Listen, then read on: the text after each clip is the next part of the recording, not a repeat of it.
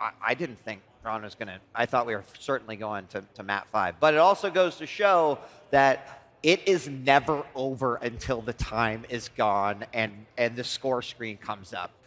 That is one of the reasons why I love Quake. You can never look away, because if you do, well, Game 4 is a great example of what can happen.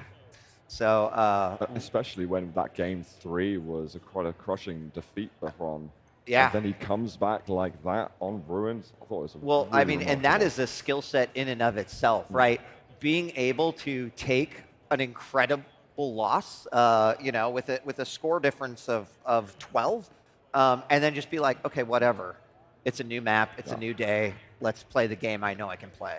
So really, really impressive. I think a personal highlight for me in this series actually was just how vocal this crowd was to really try and give Dahang that energy. Yeah. I actually want to give this crowd a special shout. Can we give a round of applause to Dahang for entertaining the people, please?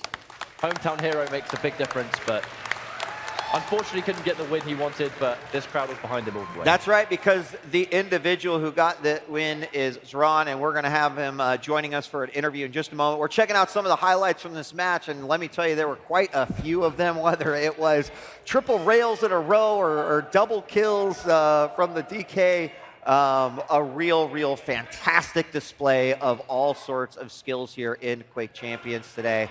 And that certainly was an exciting matchup for sure. And Ron's beautiful smile on top of that. We're going to see loads of the highlights of that. I'm pretty sure that makes up half of these highlights, actually, is just Ron's smile. Yeah, and I like that throughout the tournament, the players have been living up to what the nicknames that they have been given. Ladies and gentlemen, welcome your winner of this prize match, Xron, the Handler, taking it over to Hang 3-1.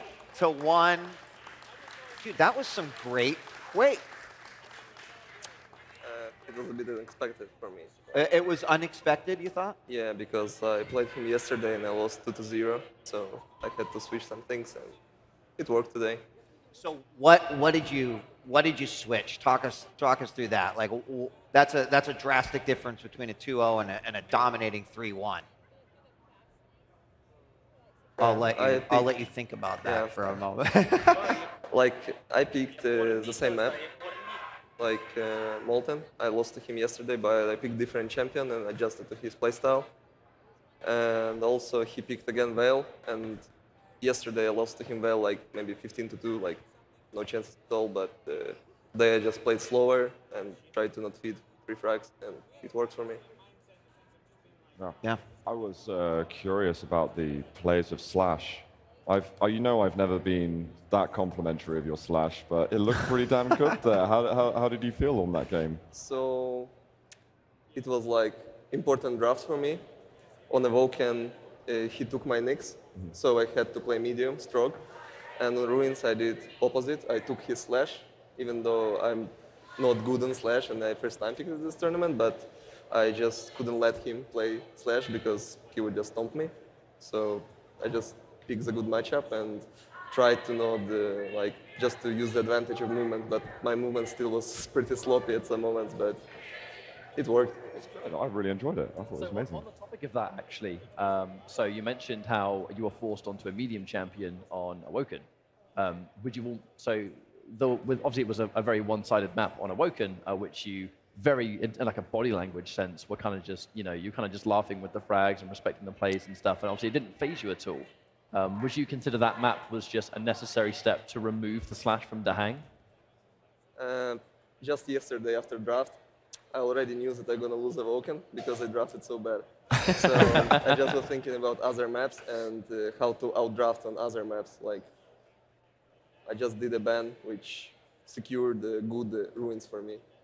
And I thought that I will do anyway better than that on the Vulcan, but it didn't work at all. Yeah. Talking about, winning the prize match here at QuakeCon is a great first step into the year. Obviously every player would love to be holding that belt at the end, and I've asked a few of the players the same questions, but like, what do you think you need to do to be holding that belt here at next year's QuakeCon?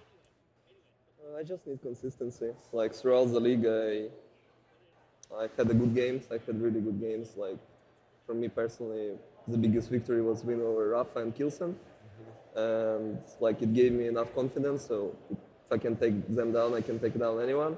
So I just need to play more consistent, work on my draft, because with current format, it's really important to pick the proper champion so you don't end up in disadvantage. Like you really need to think about it, study your opponents, and so on. Awesome. Well, you know what? Congratulations, ladies and gentlemen, one more time for Xron, the handler, the winner of this latest prize match. And we still have 2 more matches left to go. Coming up next, it's going to be Rafa taking on Razy, the pre-match before our championship match. We still got so much to happen here at QuakeCon for the Quake Pro League. Don't go away. We'll be right back.